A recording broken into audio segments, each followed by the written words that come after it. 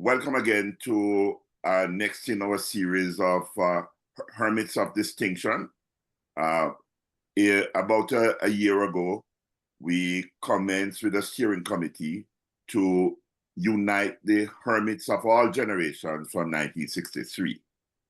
We feel that we have a contribution to make, and even though some of us are in the twilight of our professional careers, we have benefited immensely from a poor region of this world, and we are yearning to find a vehicle to give back.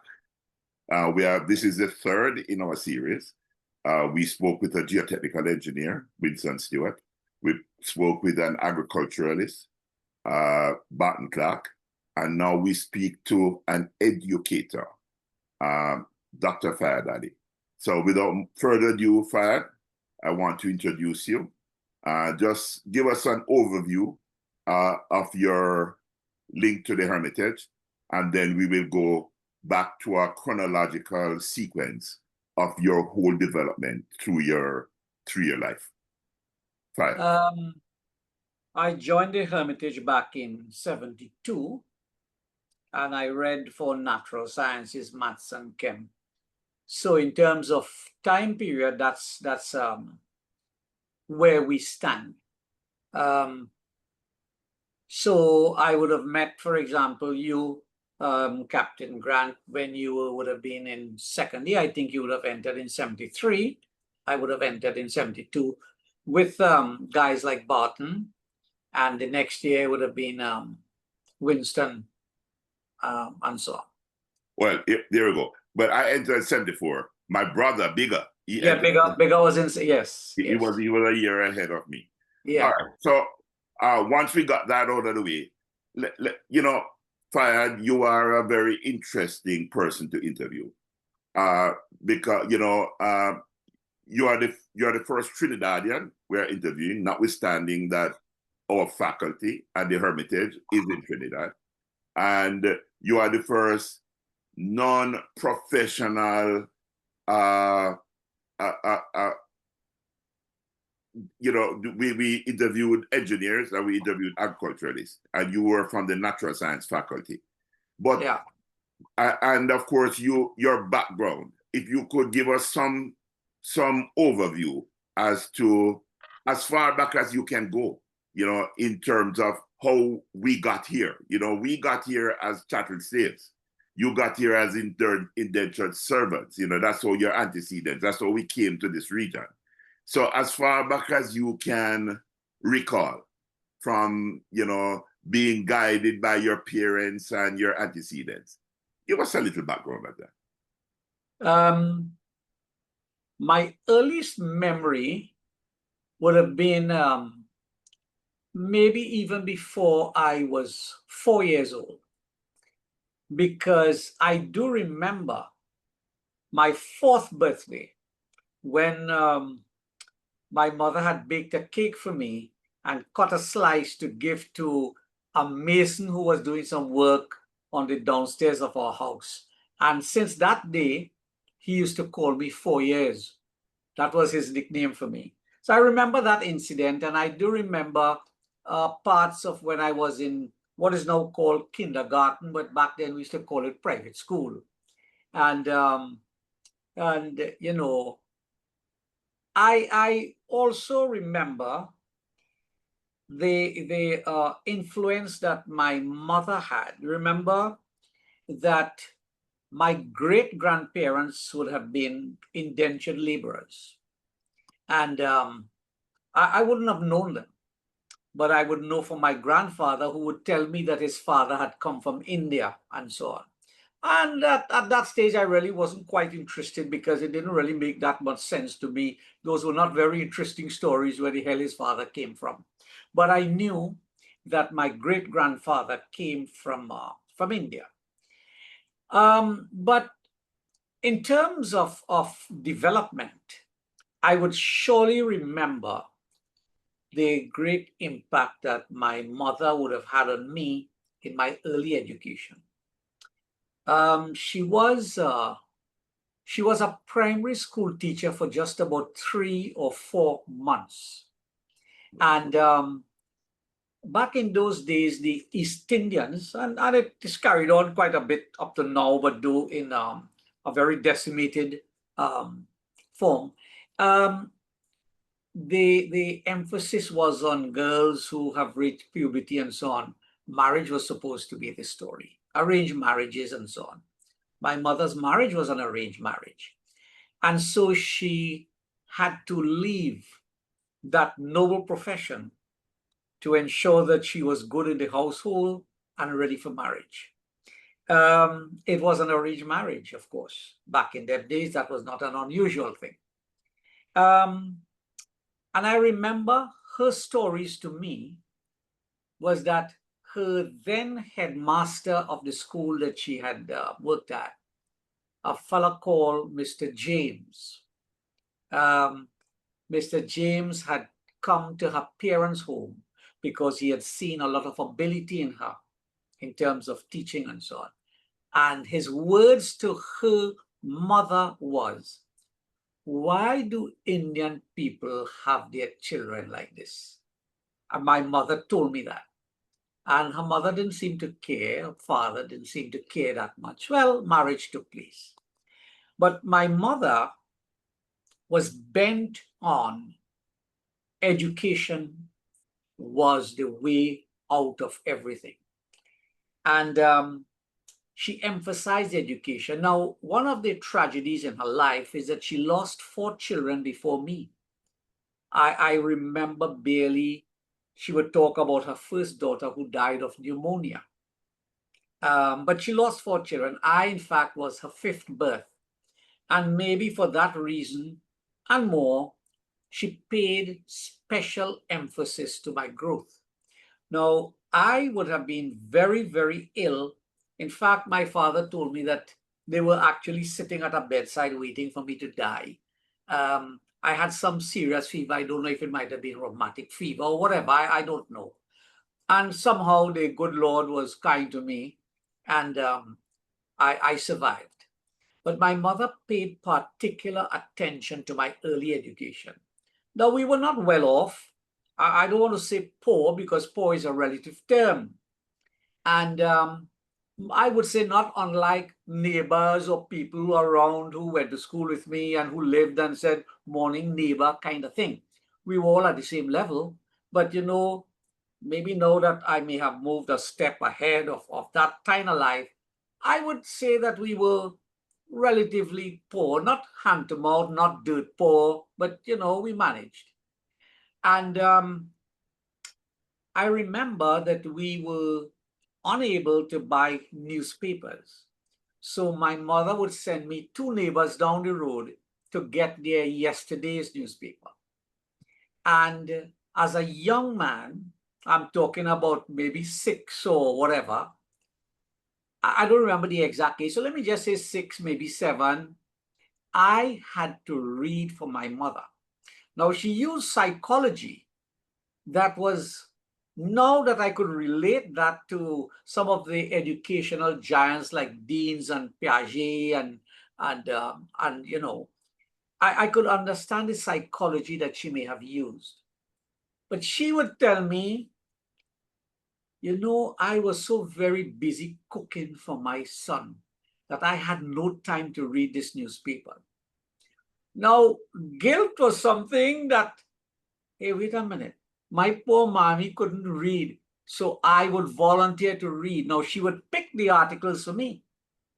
Now, you couldn't read for mommy unless you had that little Oxford dictionary at your side, because when you came across a word that you couldn't pronounce, she'd have to help you, but she'd have to make you go to the dictionary and get the meaning. I was not aware that vocabulary was being enhanced. But you also couldn't read for mommy unless you had good pronunciation, enunciation, had respect for the commas and the full stops and so on.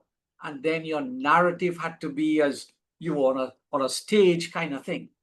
And so lots of skills were being developed there.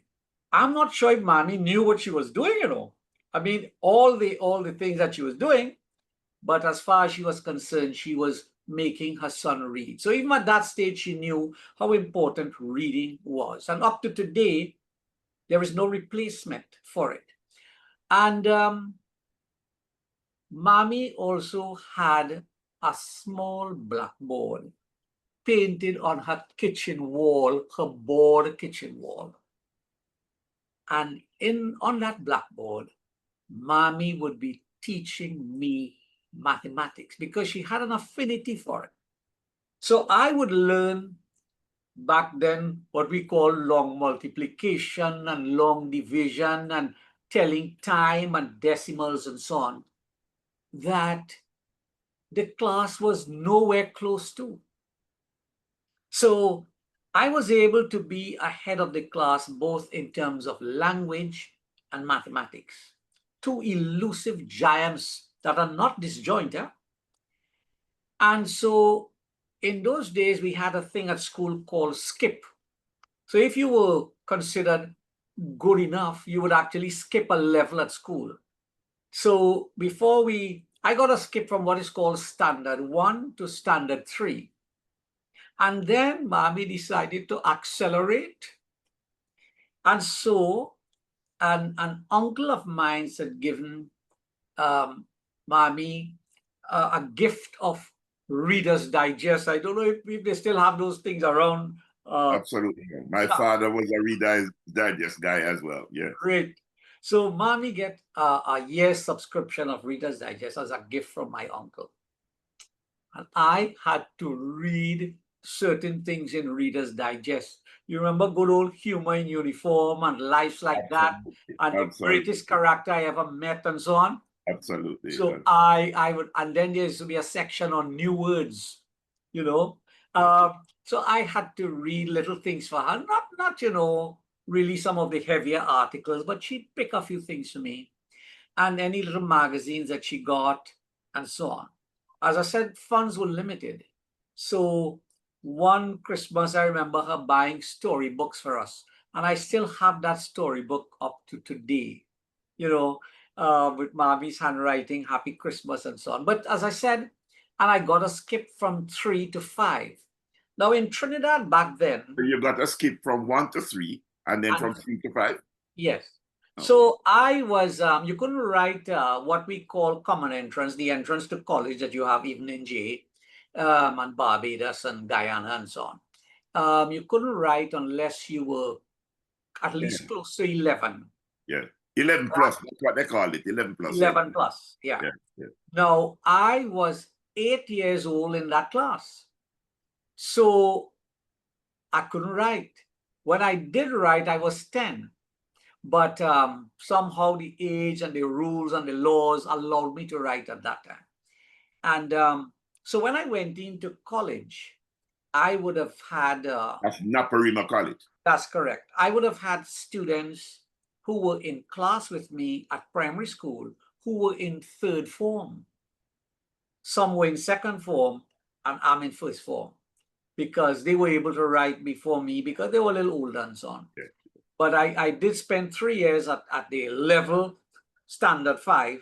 So I ought to have got my first choice at school anyway.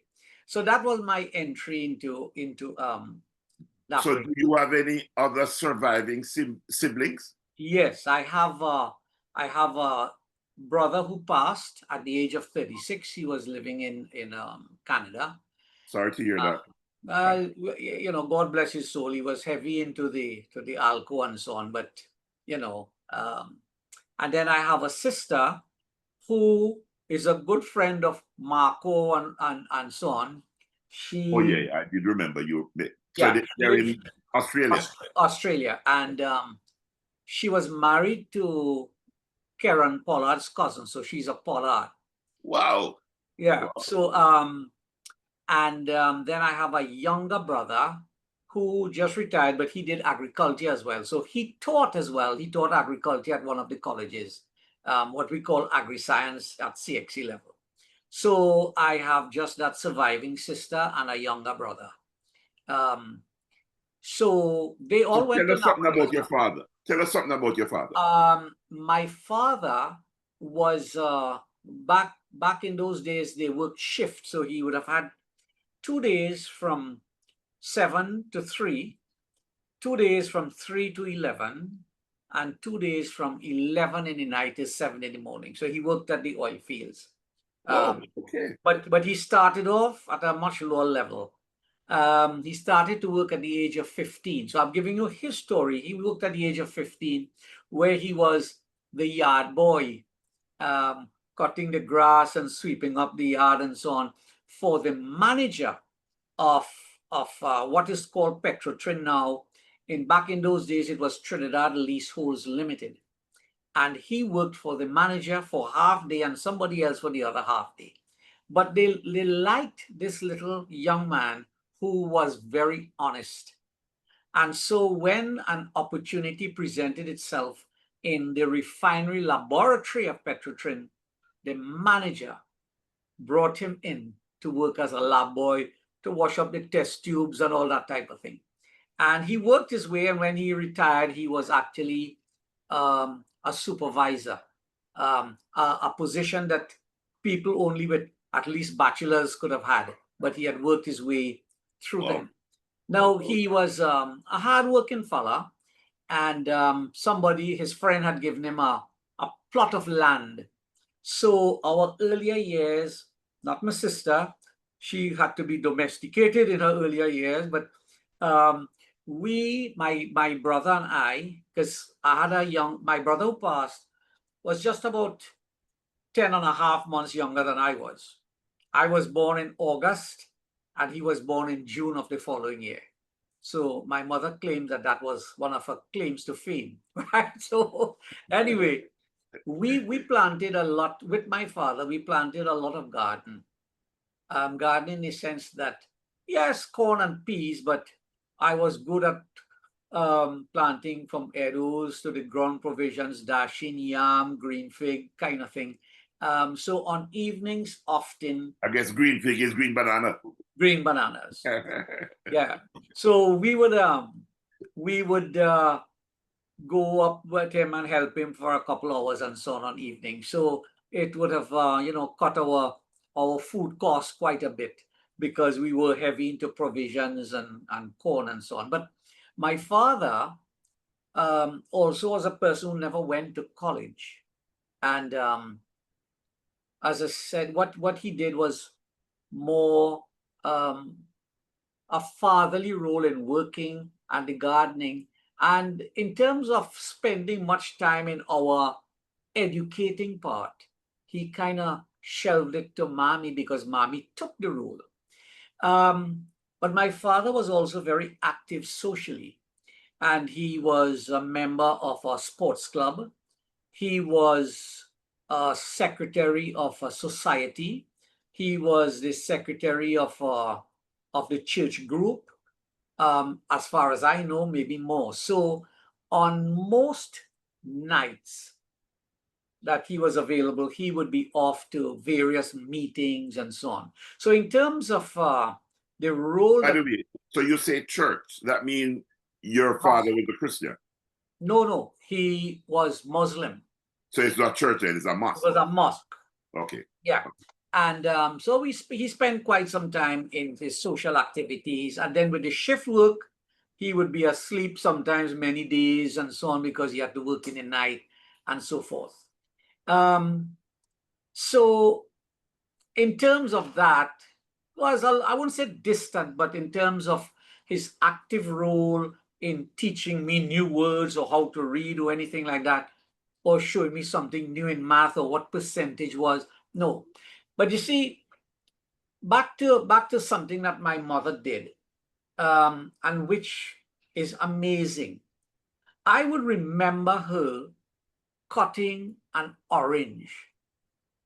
And when she cut the orange in two pieces, she told me they were halves. Now, I knew the word half, but as a youngster, 5 or whatever it is, she said it is written as 1/2. She wouldn't have known the word vinculum. She would say over. And she would tell me that the one is because it's one piece I'm holding here, and two is because I cut it in two pieces. And that gave birth to her teaching me fractions. Because when she cut the orange in four, what we would so call in Trinidad, Chinese cut, we cut it in four, I would be able to deduce that that was 1/4. And that when she put two pieces apart, it was 2 in 4. So I was always amazed at the novel ways in which she taught me. But there was also something impacting. When I learned like what we would be doing at school, you remember 2 timetable, 2 ones are 2, 2 twos are 4, 2 threes are 6. And the back of the exercise book. That's correct. That's correct. Yes. And we would have the picture of the queen and the king in the front page. But you know what my mother insisted?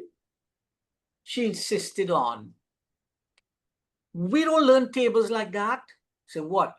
And I had to learn 2 twos are 4, 4 twos are 8, 8 twos are 16, by 2 is 32, by 2 is 64, by 2 is 128, by 2 is 256, by 2, 512, 1024, 2048, 4096. That's how I had to learn tables for mommy. 3 threes are 9, threes are 27, threes are 81, by 3, 243, 729. Even 12 times. Even 12 times. 12 12s are 144, by 12 is 1728, blah, blah, blah, you know. And you know, it made me sharp, and there was a bit of psychology.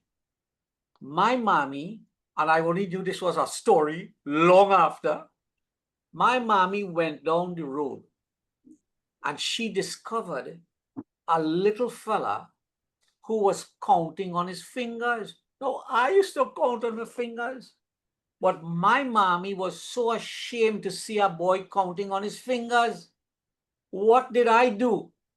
I held my hand behind my back and tried to count on my fingers.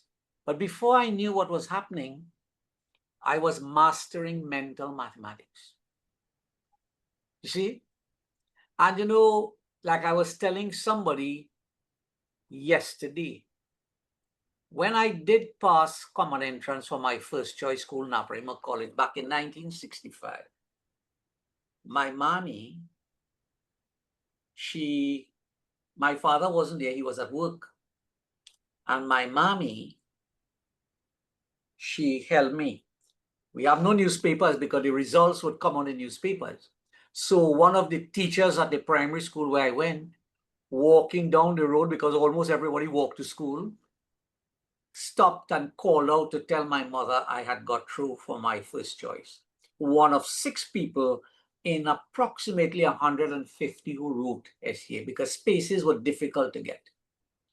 And my mommy, proud and so on, I remember her holding me and telling me, and she said, I have never been to college in my life, and I can no longer help you.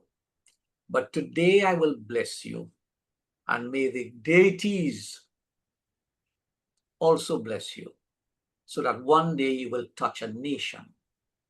And I may not be around to see, but the ants will bring the news to where I lie. And I remember that, and I was quoting that to somebody yesterday, and how, as I said, impacting those things were. So those were the early influences of my parents there. Money was a little bit difficult, spending money at school and so on, but I would remember in terms of that as well, my father would sometimes set a whole page of arithmetic for me, whether it be long division or whatever might be. And he would go off to his meetings and so on. And I would have to do it. When he came back, he would mark it, right?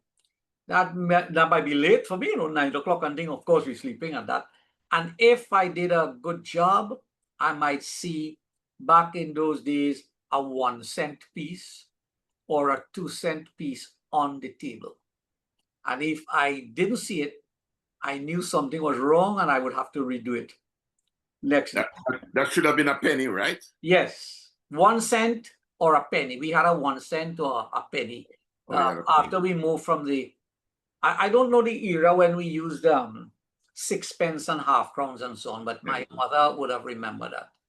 In Jamaica, I think it was 69. Okay. What I remember that we had to do a lot of work on, and my mother used to pick me up on this thing regularly. You remember the intimidating imperial system of measurement that we had? Yes, man. Absolutely. I mean from the Scale, quart, pint, and all those things. there were noggins and gallons and so on. Yes. But even in the money, we had from the pence to the half pence to the crowns and florins. Farthing. You had farthing. Yes, that's correct. And we had to learn that. I remember learning at school, you know, £1 is 480. Back in those days, it was 480 TT.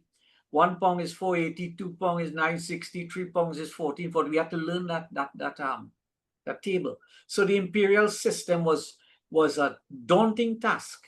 And I could remember students at primary school, how much they suffered and how much they found difficulty in mastering those measurement systems.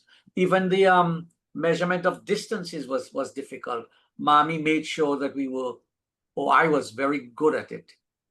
Well, Fayad, you know, your parents obviously played a big part, especially your mom, because I can hear the emotion even as you speak about her, you know. Yeah. But just to move it along, because you are a significant man with a lot of iterations to who is Dr. Fayad Ali. So you know, if we could just rush through Naparima College so we get to the Hermitage, if you don't mind. Yes. Well, we went on to the Hermitage, and I would have read for maths and chemistry. And then a lot later on, another friend of mine, who is now Professor Khan, was offered to do a master's. Now, I'm a little bit, I don't want to call the name of the university because I ended up doing something that the university... Professor. Okay, moving along. Yeah. But what happened is that she said to the university, that's her, already have 2 masters in education. This was an MSc nevertheless. But I have a very close friend who could do this because he's an excellent teacher and so on and so on and so on. But you see, one of the requirements to do the masters at that university was a DPED. Oh. And I never did a DPED because, as I told a DPED lecturer many years later, I said, if I were to do a DPED, all the things you teach, I will disagree with you from the first day, and you might throw me out by the second day. She said, no, you're a famous man, you know. And we want to get into some of that because you pioneered something special. Yeah. We want to get into some of that, yes. So she pleaded with the university, and they eventually called me. Now, this is their top university, one of the top universities. So they eventually called me, and they had an interview with me. And they said they have to send it to a committee because an exception has to be made. But from my principal at the school, who is now the present Minister of Education, whom I will see on Monday, he had to write a special letter in which he showed that the quality of the results that I produced at Naparima College in math were the best in the Caribbean and were the best in the world at Cambridge level. In fact, if I could brag a little bit here, you know how the Cambridge math was, because we did Cambridge mathematics at level. Yeah. And we know that an A to an E is a pass at Cambridge A level. Yeah. Well, one of the years I entered 47 students at my college to write A-level math. And there were 44 A's and 3 B's. And there's no school in the world that ever came close to that. Now, so nevertheless, the university eventually about 6 months later, told me that they will agree for me to read this master's. But it was supposed to be, and I didn't realize, 3 years. So after the first paper, I got a C, and I argued. I argued very strongly. I did everything you told me to do, and yet you gave me, but it was so odd that, let's say the paper had 6 parts. Every part was 4 out of 8, 9 out of 18, exactly 6 out of 12 kind of thing. It was so coincidental. Everything was exactly 50%. I argued. They remarked the paper and gave me 56%. I told them I am not interested in this yet. This doesn't seem to be for me. But they asked me if I would change the lecturer. So I decided to change. And in the other paper, I got an A. Now they sent it to be remarked, and the other lecturer gave me an A.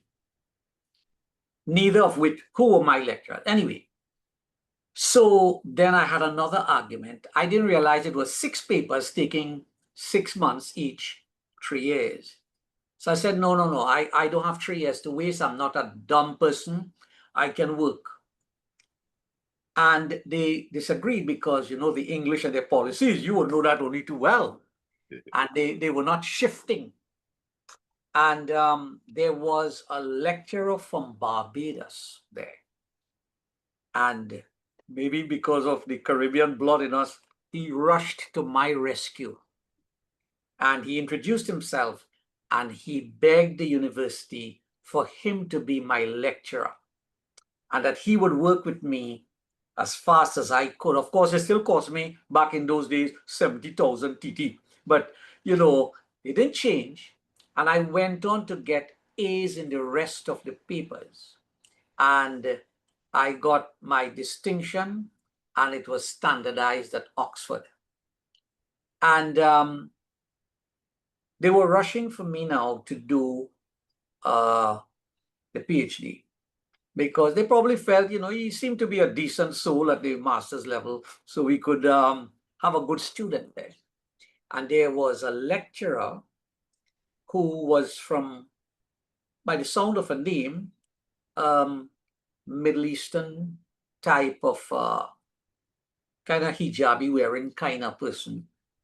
And she wanted to take me under her wings, and that wanted me to do research on the performance of Muslim schools in the country as compared to the rest of schools.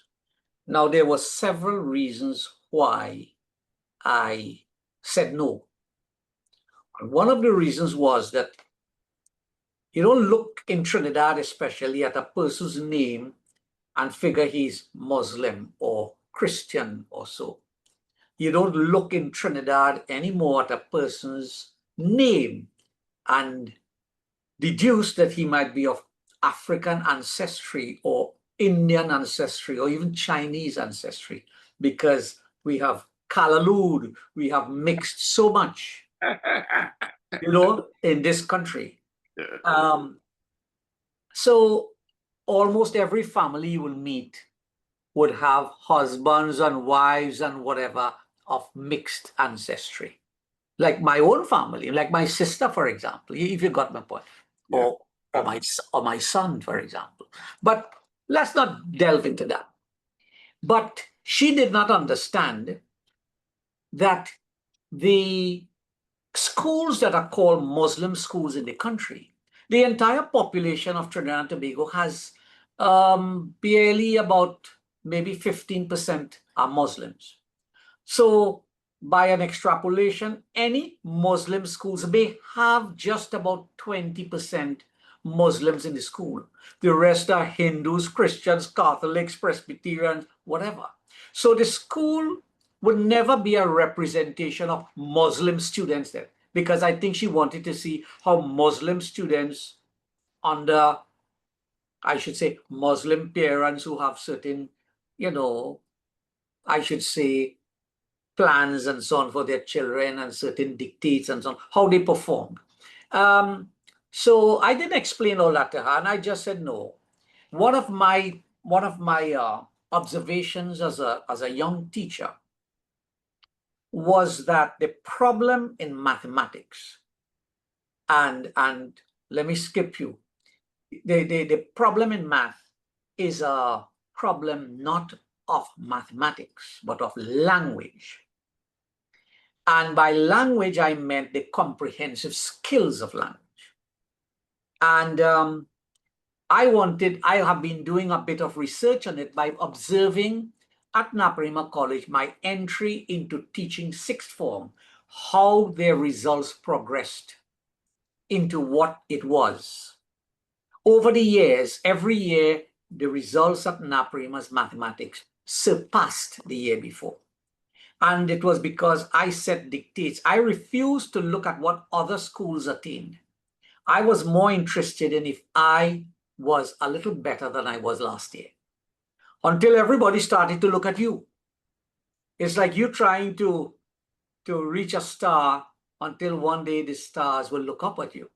And without inflating the ego, the results kept going up. What was the difference? And yes, I knew a little bit of maths, and yes, I was good at the teaching with, the little comedy and the little whatever. We blended it so that our class could never be boring. And the problem was language, more so the comprehensive skills.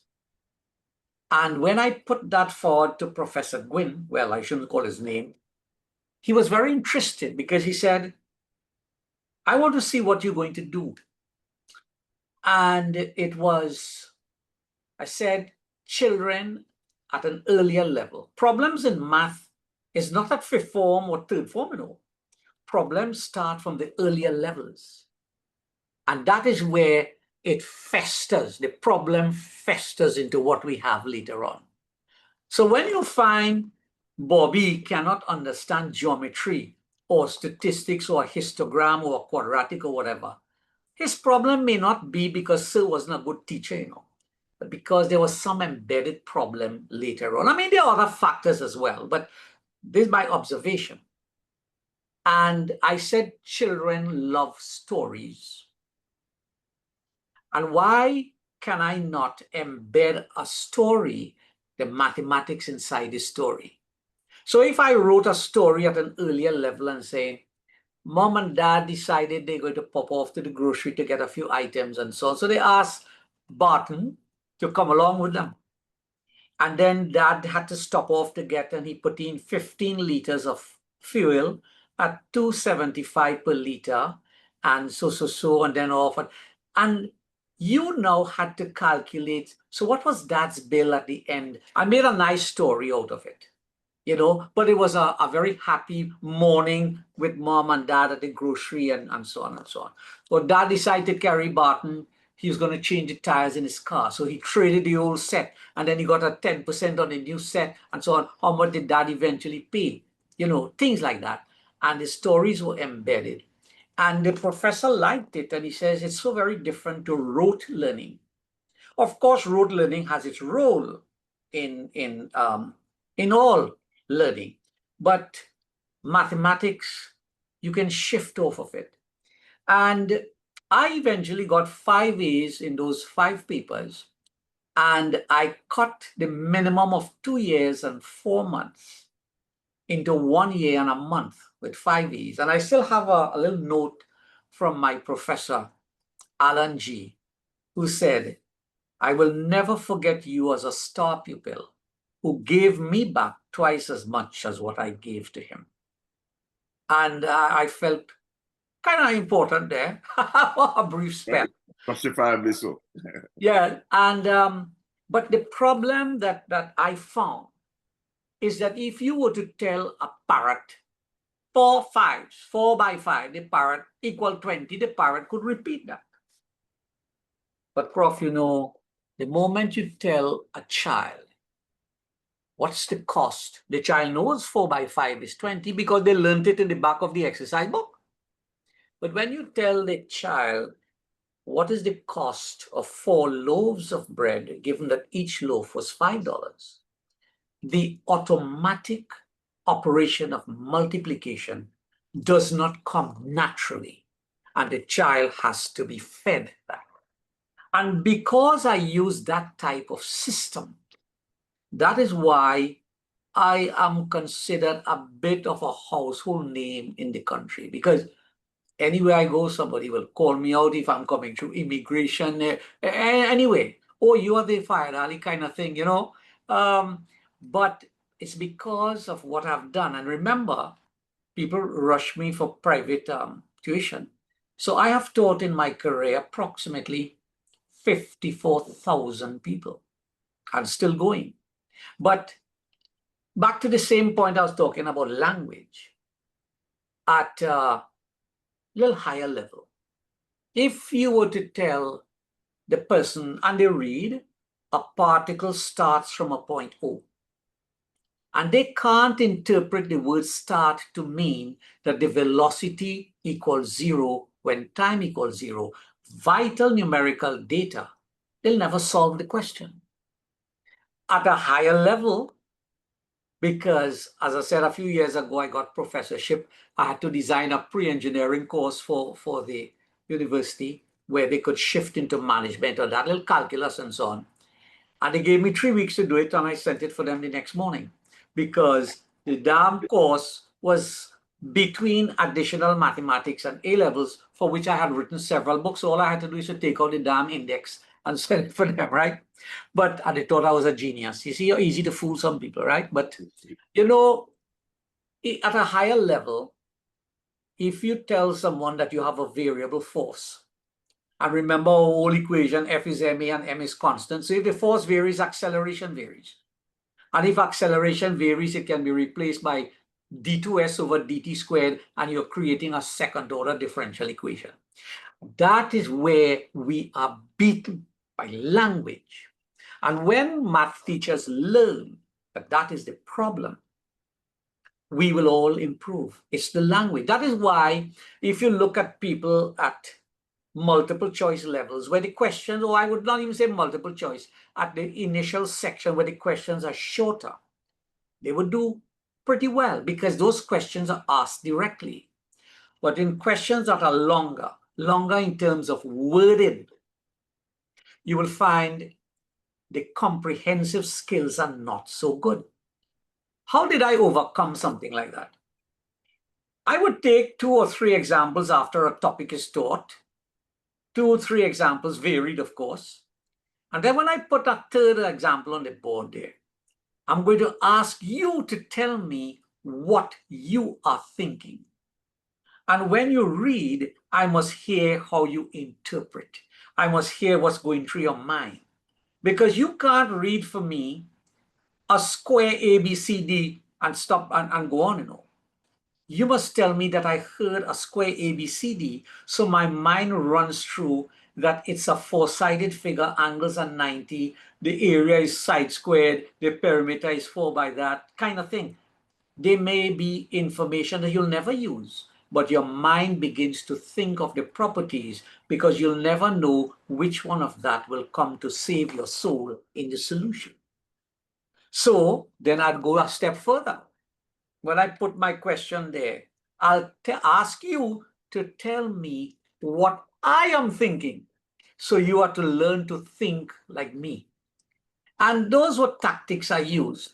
When I was doing the PhD, I was telling them because they were very interested in the type of tactics I used to produce results that were well known. I don't know, these people came some years after us, and they're very popular authors from England.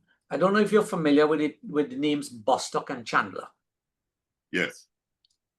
Well, Chandler came to Trinidad to visit me at the college to find out who was this person who was producing the kind of results that are well known in England, because we were still doing Cambridge back then before the introduction in 2005 of Cape Town.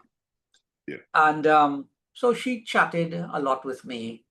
And when you see my name, because sometimes she'd invite me to JA, and I would head up to St. Thomas. For some reason, she liked up St. Thomas side. And so I would go across there, and write a couple chapters in certain books and things for her. With a few others, I can remember one person called Ava Mothersill, who was at Wolmer's Girls. I would work with her as well and so on.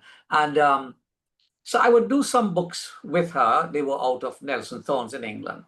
And when she learned and worked with me that particular day, she asked me to proofread her books for her. So when my name appears on books with Bostock and Chandler, it's maybe I wrote a chapter, maybe two, but more so I proofread her books. And I'll tell you what she liked. What she liked is that when she had in her book, complementary angles are angles that total 90. Because of our early language and comprehensive skills, Prof. I would say they no, that's not precise because it's two angles that total 90. If you have more than two angles that total 90, they are not complementary. So complementary angles are two angles that total 90. Either one is the complement of the other. Example, so. That's what she liked. You see? And when you could teach not the Englishman a little bit of language and precision, we feel proud of ourselves. You know what I mean? You know, but I like that, and I have often argued that that's a problem in mathematics with CXC and problems with CAPE. Sometimes there are errors on the question itself, but sometimes the language is not precise, like the typical Cambridge exams who would have probably been read over and over and over. In all my years of teaching, I could remember two cases where Cambridge made a mistake on their paper, and probably they would have printed 100,000 or whatever, and they couldn't really go back. One of them was a relatively simple one, in which they mentioned the log of a number to the base of 5, and they put LG5. Now, LG is reserved for log base 10. And they sent an addendum sheet saying that it's supposed to be LOG base 5, not LG base 5. That's one. And there was another question, I think it was back in 1996 or 97, thereabouts, Cambridge syllabus B9205, in which there was a question that they stated couples playing tennis. It was a probability question at A levels. And maybe there were 6 men and 8 women or whatever. And students, depending on their culture, interpreted couples to mean either 2 people, and some took it to be a male and female. So they got 2 different answers based on how you thought. And Cambridge said it was a cultural problem. And too many people interpreted different ways, and they had to realize that it was where you came from, that how you interpreted it. They never said what they meant, whether it was 2 people or male and female, but they gave full marks for both. And as I said, those people were precise. They were concise. They were very clear. So the mathematics questions would have probably been proofread by linguistic experts, social studies people, whatever. And that's one of the lamentations I have about CAPE. But then that's a different story. But as I said, all through the years, I have emphasized the importance of language in the teaching of math. And maybe that is what gives me and my students an edge, because I could challenge anyone to find any student from here, and I teach students online from Jamaica and Barbados and wherever, find any student who was not successful under me at any level of math, and I'll give you my Porsche. You know, Fayad, you could do a TED talk on your mathematics. You know, you could definitely do that. You know, and I can just let you run with it. You know, I just want to get into your authorship. somewhat. You know, I know you wrote 48 Barton books, and Yeah, you can ferret that out a bit for me. And yeah, you authored over 160 books. yes. Even if it's NOLA books, boss, that is something of note. Well, I'll tell you what happened in the Barton book. Do I date myself when I say NOLA? Well, you know, Barton and I were very close. I don't know if you know that. Oh, Well, Barton Clark. yes, of course. Barton and I were close. And Ground floor scout together. yeah, well, remember, apart from living on the same floor, I used to take Barton home by me on some weekends. And my mother kind of When I adopted spoke to Barton. Barton, he also told me that DV came as on one occasion too. Yes, that's correct. That's Yeah. correct. On one occasion, I took the late Hani, Egypt, Oh, right? Egypt. Oh, Yeah, Egypt. yeah. Okay. But Barton and my mother adopted Barton, and Barton used to always say, and I'll tell you, I have a story to tell you about Barton as well. And I remember that in the ending, the professor asked me, he said, I want to hear what you're going to do for this final paper. I want you to write a book on how you are going to merge literacy and numeracy. I see all the statistics you have, of which I may question the authenticity, but I want to see what you do. And I created a story in which my character Barton was very tired and about to fall asleep. And he was reading a book on shapes. And the shapes jumped out of the book and told him they wanted him to be a judge of who was the best shape. And he said, okay, I'll be the judge. And I'm kind of condensing this into a 1-minute story for you. Yeah. And out came the cube. And the cube, and said, okay, I'll be a judge. I'm going to call you and you're going to present yourself and then I'll judge who is the best. And the cube came out and began to brag about itself and talk about its size, and they were equal and nobody could call them two-faced because all their faces are the same, blah, blah. So there was a little bit of, comedy and so on. But by the end of the cube's presentation, not only did you have a good laugh or maybe feel a tear on your face, but you knew every property of the cube. Then came the cone, and the cone was there presenting itself, and then the cone was not happy with its form and decided to go to a geometry specialist who cut her down the side, and she became a plane sector, if you get the point. And you know, so there was a little comedy and a little bit of, we don't want to say what. And so we didn't talk about, going from one side to the other, but we was not happy with its present form and wanted to go into another shape. And we did things like that. And I talked about several shapes. And coming down to the end, when the judge was about to make his decision, there was a great protest outside the courthouse. And they looked out and saw there was a lot of placarding and so on. And there were all kinds of ellipses and parabolas and so on, all of them, and their children and wives and so on, complaining, all shapes are equal. None is more important than the other and so on. And the judge said, look, this is a very good point. And then he woke up, But mom says, come on, Bart, it's time for dinner. But I wanted a Caribbean tone to it. So I looked for my brother Barton, and that's the character.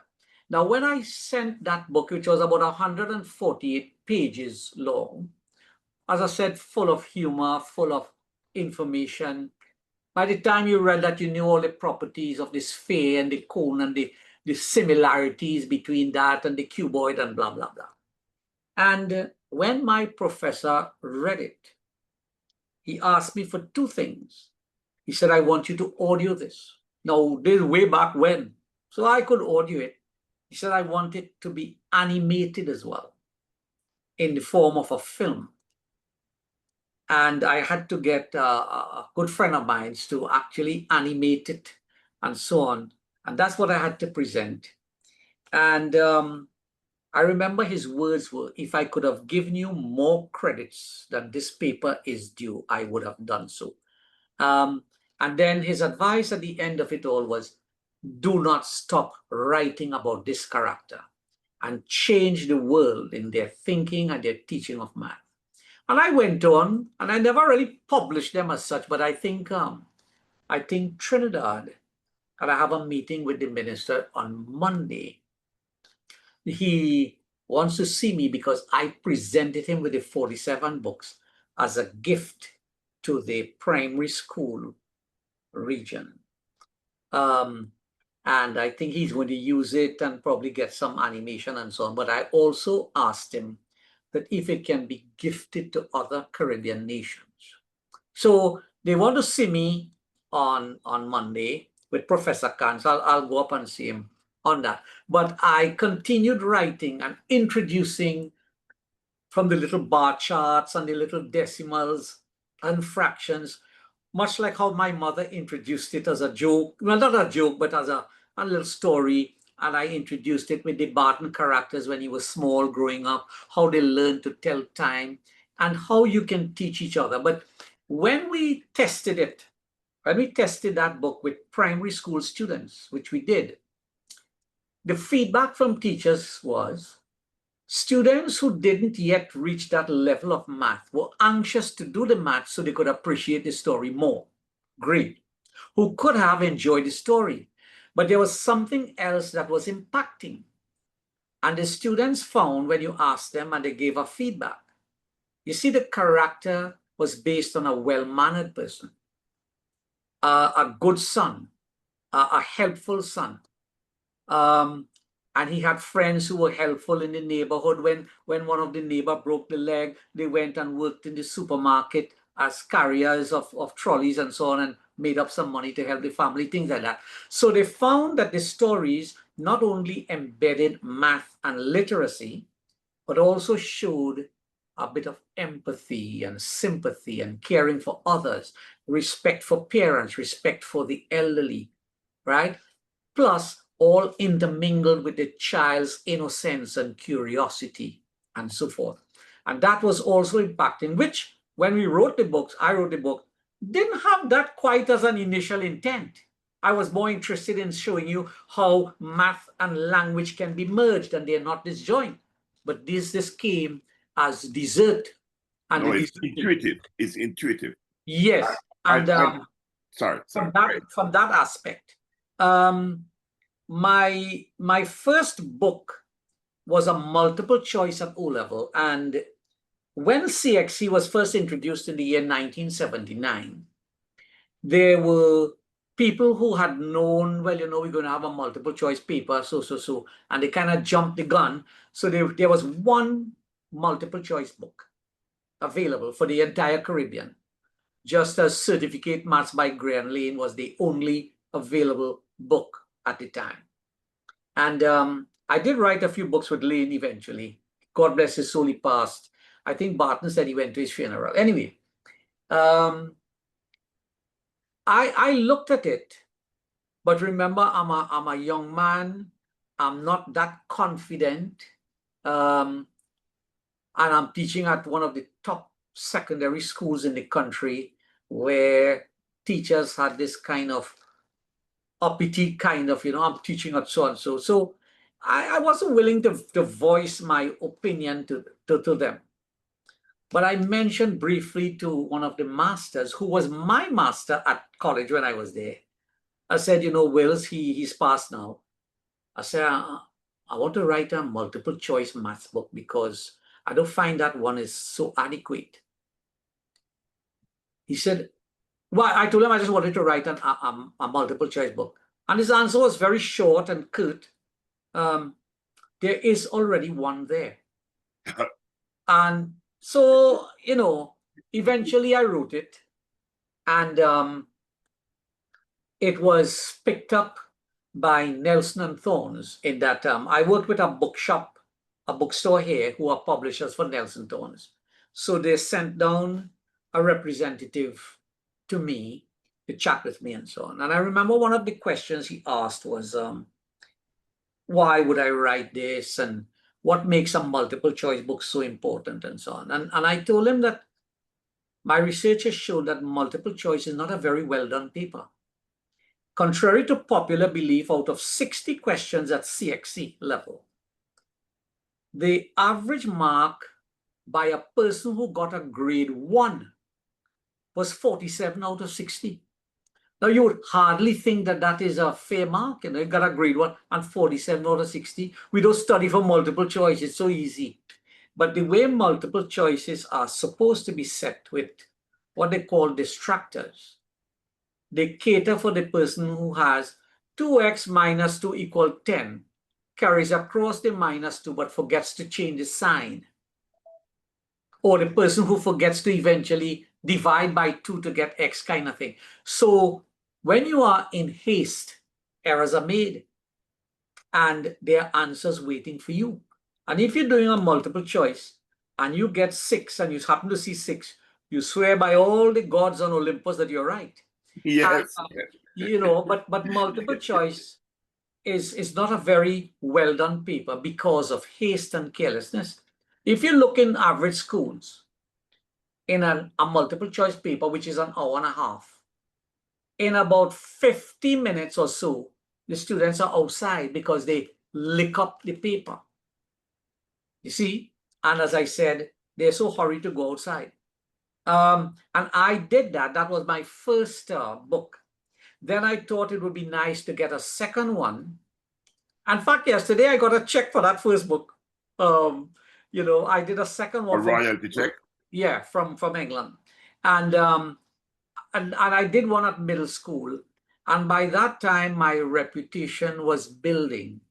Plus the results at the school, plus the fact that, hey, writing a book is a novel thing in Trinidad back in them days, And Even eventually, yeah, and then that was around the time when Chandler came. So in the very popular series that's still used throughout the Caribbean, the STP Caribbean Math series, my name was now appearing on those books.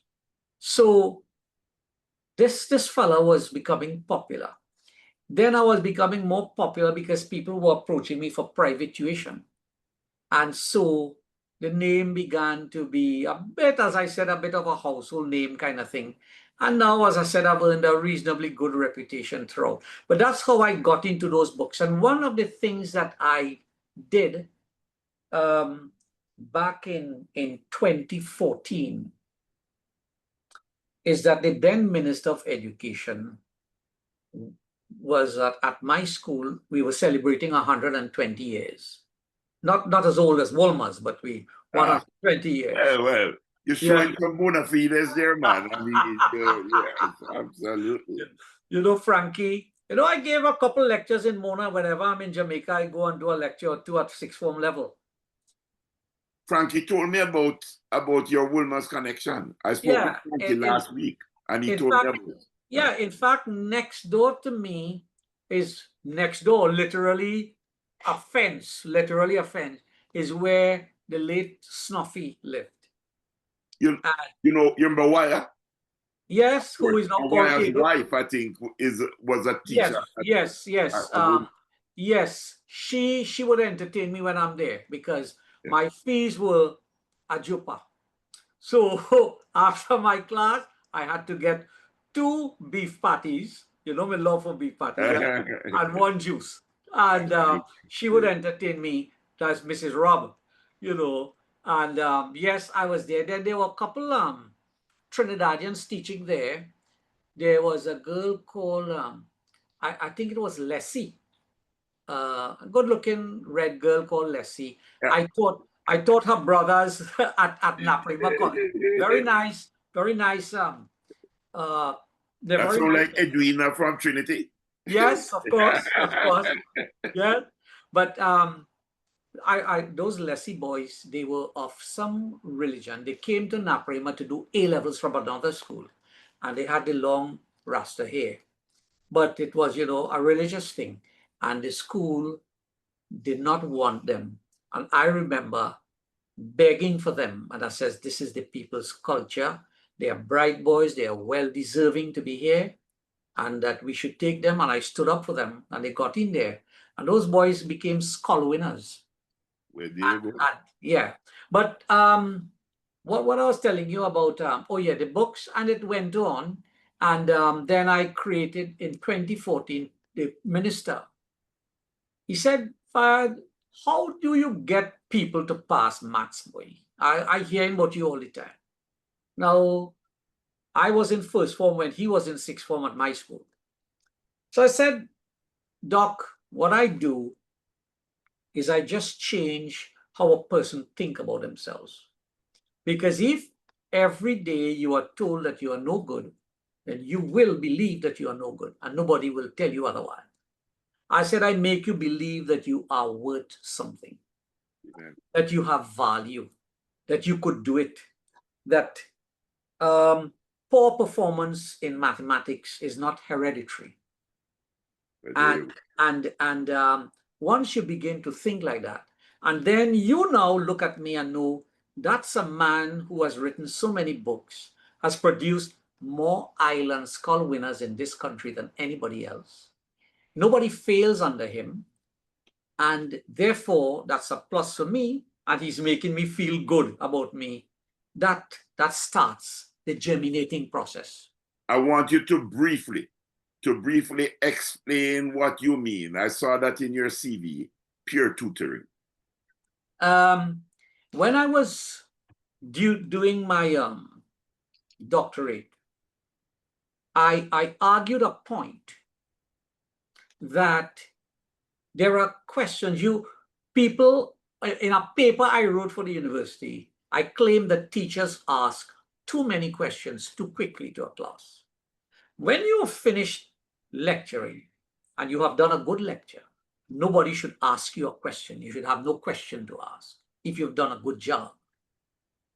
Now, the students must be enraptured and captured and motivated, listening. They must absorb everything. And because you are a performer, the teacher is a performer. You are on stage. Every action must be followed. Now, there are a couple of things you might want to ask. What about so? But when you ask too many questions too quickly, you're asking the question that you feel a student might want to ask.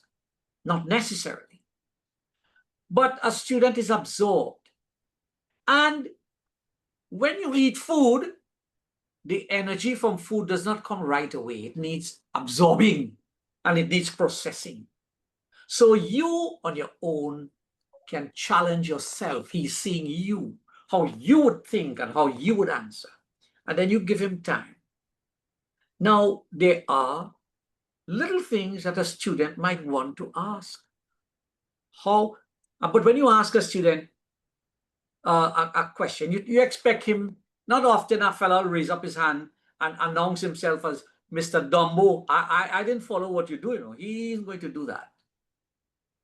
He's embarrassed for other reasons. But when you ask a person, listen, what it is you don't understand, oftentimes he never knew. If you're driving from Kingston to Stony Hill and you get lost, you wouldn't know which road you took wrong.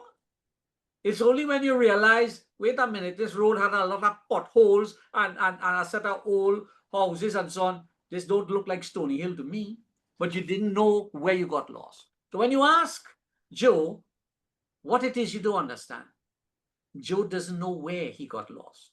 And oftentimes, Joe can't articulate where he got lost. But Joe will find it a lot easier to poke his body and say, here now, how he get that 4 there? Why is he integrating here? Why did he use this substitution here? And his body would be able to answer him in 10 seconds, whilst you would be taking 10 minutes to find out what his problem was. So I knew that, and especially when you're teaching 17, 18-year-olds. They are not men, but they're there. You treat them at their level. For example, in my teaching at school, I adopted different methods to other teachers and school rules. Because if you were coming and you were late, I don't want to know why you were late. You had a reason for being late. You don't want to miss my class. You like me. I just find your seat. And if you were hungry, and if you are hungry, what the hell must you do? You have to eat. So you pull out your roti or your bread and eat in the class. Whilst you're listening to me and writing, you can bite your food, bite your dashin or whatever. I had no problem with that. If you are thirsty, the place is damn hot, what do you do? But pull out your bottle of water or drink, or give me a little sign. I give you a note. Rush down to the cafeteria and buy soft drinks for 6 or 8 of the fellas who are there and sip your soft drink, but you're listening to me. You're attentive. I mustn't tell you, wait until recess for you to use the washroom. Because you're listening to me, you're giving me your all. And I allow those things in my class. And I did something else. I knew the importance of peer tutoring. Now, when I was doing the doctorate and I was mentioning some of the tactics I used, the professor told me, don't use the word peer tutoring. You are a doctorate student. You have to use the word socio-cognitive learning. So,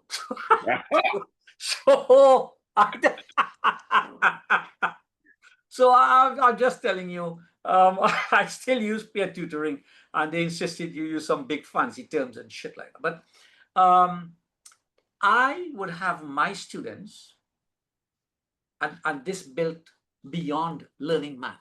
This built camaraderie and a brotherhood.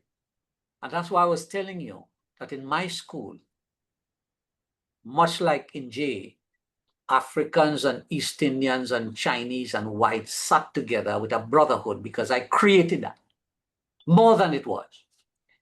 They will sit together. Like a Singapore in your classroom. Well, beautiful. I have some of my students in Singapore.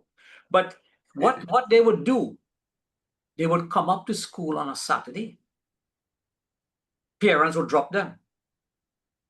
Who, come up to school maybe 3, 4. And those fellas would sit because I will give them a paper to do. They will sit opposite each other in groups of 2 or 3 only. And every question they worked was consulting. They would consult so that Bobby will tell Joey, hey, you forget to put plus C when you integrate. And Sandy will tell him, you're supposed to put where C is a constant. And the next one will say, Sir says it's best to put where C is the constant of integration to enhance quality.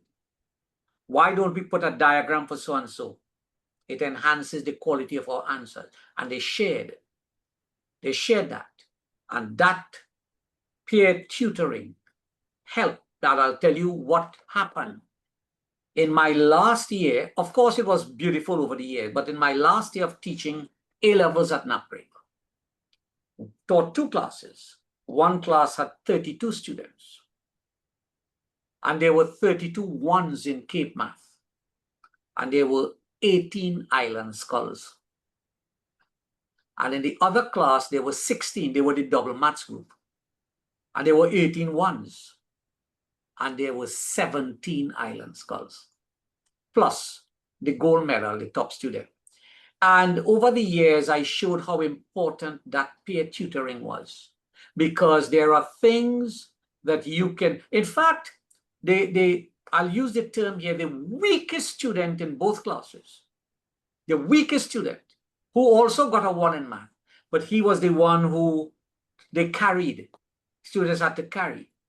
He just finished a PhD at Mona in statistics. Oh, wow. Yeah, but that's not how we measure them. But you see what it built also?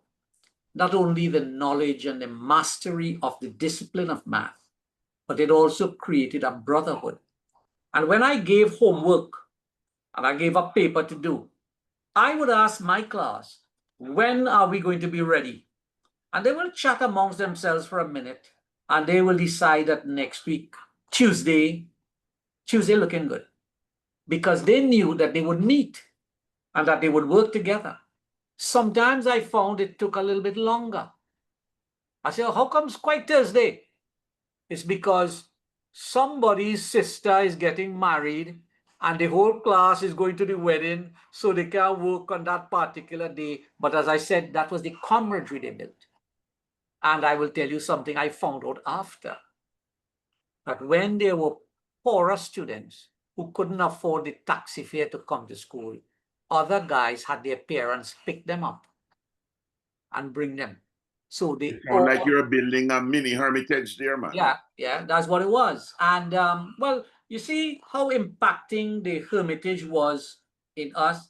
The friends we made, the friends we made, like the Chester Haynes or the Barton or the Donald Ball or your good self, when we would be by that tree kicking a little ball and so on.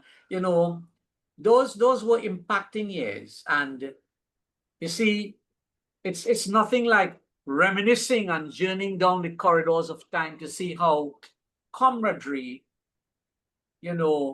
built our lives and what we shared together.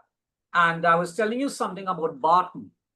When we were launching the Barton books many years ago, Barton happened to be in the country. And I invited Barton, and he told me he had his 3 daughters with him. And they came. And people were chatting, this, that, and so on. And they asked Barton to speak. And Barton came up and he talked about how I would take him home and how I would make this lonely Bajan boy feel at home. And there was something that moved the audience to tears. And he was saying that I am so happy that my 3 daughters are here to see Fayad Ali, whom I have not seen for decades, but to let them learn what true friendship is. And that, sir, is a good note to end on, because here we have our brother Fayad Ali, and we have been speaking for over 1 hour, and we have just barely touched the tip of the iceberg. I know you're a scientist at that, sir, and when the Titanic sank for hitting that iceberg, they were only seeing about 15% of the ice. The 85% was below the surface. And so too with our brother Fayad Ali. Most of your depth is beneath the surface, sir. And we are pleased, we are happy, and we want to have this conversation again and to open it, because this is inspirational stuff. This is inspirational stuff for the region. Here, a man of humble beginnings, very humble beginnings, who has pulled himself up by his bootstraps, right? And not only made an impact in his country, not only in the region, but globally. And we appreciate you, Fayad, and we thank you. We thank you for coming along this morning to share with us your life, your story. Thank you very much. Well, it's been a pleasure. And one of the things that I always tell my students, and I will end here by telling you this, is that I don't like lazy people. I'm allergic to laziness. And many of us go through our lives without realizing what we're worth, because the good Lord wasn't biased to anybody. He made us equal in his sight. And we have talents, but most times our talents are unexplored. There you go. Most times we end up, passing on and not really realizing our gift that we have to this world. And we all have a gift to this world. And as the adage of old says, what we were born with is God's gift to us. And what we acquire and what we give is our gift back to the Lord. And I always quote for my students a verse that I remember, and you might remember, from Elegy written in a country churchyard by Thomas Gray. And in one of his verses, he said, "Full many a gem of purest ray serene, the dark unfathomed caves of ocean bear. and full many a flower is born to blush unseen and waste its sweetness in the desert air.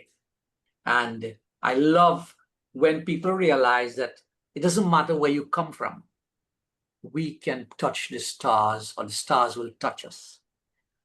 All right? Whether you're from the lowest Amen. level, we can rise. Amen. Embrace opportunities, and full many a flower is born to blush unseen and waste its sweetness. Like us human beings, we have the talents, but we were too lazy to explore and to discover what we have and what we can offer. So, gentlemen, it was a great pleasure to meet with the goodly Peter and my brother Grant. Always wonderful to see any member of the Hermitage. Well, there you go. Your mother and your pater would be proud of you, sir. The aunts are sending tremendous messages as we speak. His mother. Take care, brothers. Okay. All the best. A pleasant day to you. And to you as well. Thank you.